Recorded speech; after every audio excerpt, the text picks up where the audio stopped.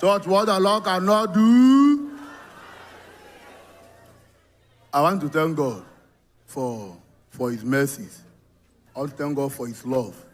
I want to thank God for his kindness over my life, over my family. I want to thank God for what he did in the life of my son on 5th of this month, being on Wednesday. God restored my son back to life. On Wednesday, early in the morning, I followed a friend to Nyanya as early as 5:30 to 6. I left very early. So while we were at work, I held my phone and my earpiece. Anytime I'm leaving the house very early, that I could not stay at home and key into the altar, I usually go out with my earpiece.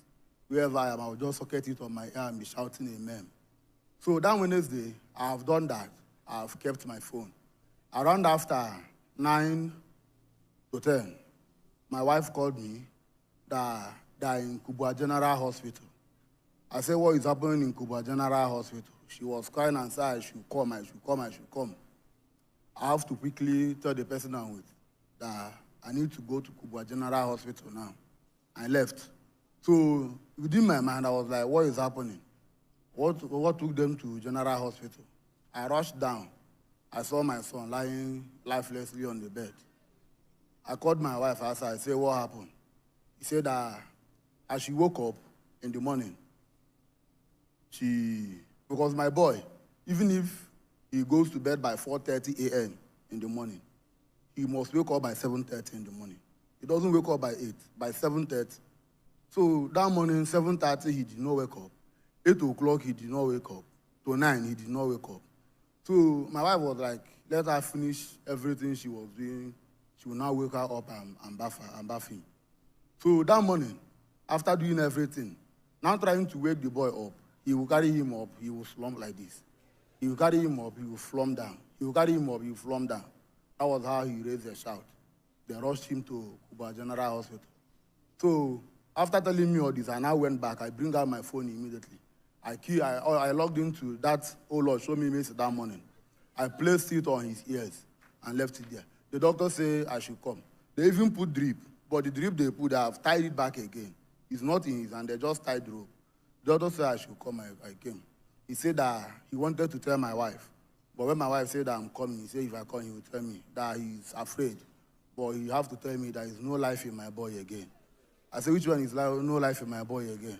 I asked him, are you married? He said, no. I said, it's because you don't have a child. If you have a child, you will not tell me what you just told me now. So I went back. I started praying. I placed my hand on the ground and declared, O earth, my father did not bury me, I will not bury my son. You will not receive my son's body. You will not receive any of my children's body. I started praying. I started declaring, who said 13 and it come to pass when the Lord have not spoken. I started declaring, nobody gave me that child. That child came as a blessing from God. Testimonies and stories that come from the birth of that boy. His name is Ekenedri Chukwuchukwu Emerie. Thank God because he has given me victory. I started thanking God. I was praying. At a point, I rushed up. I climbed back down to my house immediately. I brought the Holy Communion. I rushed back. The NSVD was still playing. My boy is still lying there, lifelessly. I wanted to force the Holy Communion in his mouth. He's not passing. I just sprinkled it on his head, on his body. While we were praying there, my wife, I said, Madam, go outside. You are disturbing this boy. We were praying, I was praying. Immediately while we were there, the other, in children's ward, about 5 other children were admitted that place. So one baby started crying. The mother shouted, nothing concerns me, I'm still on my own first. So I was praying. As I was praying, that NSVD was praying. Every declaration Papa was doing that day. While I was praying that prayer, fear wanted to come in me. I took away the spirit of fear. Well, another question that came to my head is, do you remember how your father died?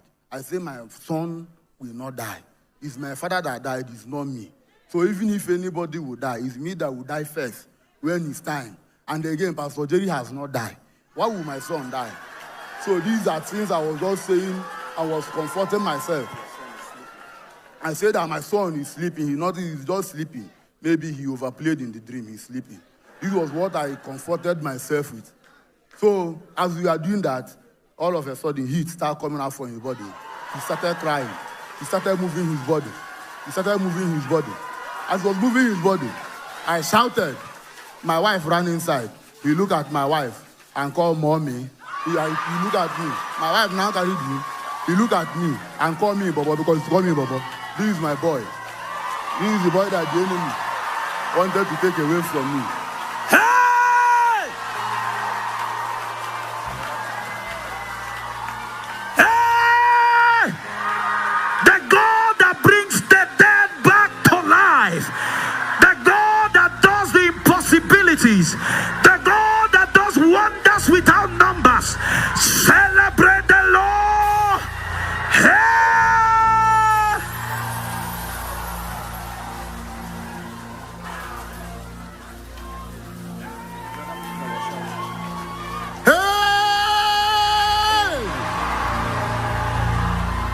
So, why, as my son has stood up, I'm now carrying him.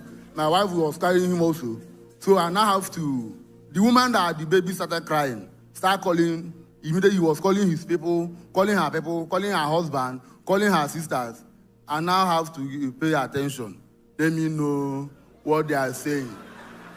That the woman said that for the past 5 days, that the baby has not cried, he has not urinated, he has not gone to toilet. Yeah.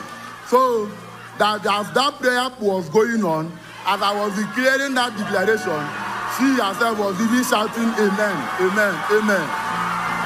Yes, sir. Yes, sir. Woo! Immediately as that was going on, the baby started crying. As the baby was crying, the baby urinated on himself. As the baby urinated on himself, the baby poo-poo on himself. All this happened in that room and in a minute. Meanwhile, before my son started reacting to the prayer, when we were praying, one of the nurses said, leave them. They are the people of what God cannot do. They so much believe in miracle. I say yes, that we believe in miracle. So while we were about to go, the doctor was like trying to tell me, they have done this, they have done that before I came. This is the bill that I need to pay.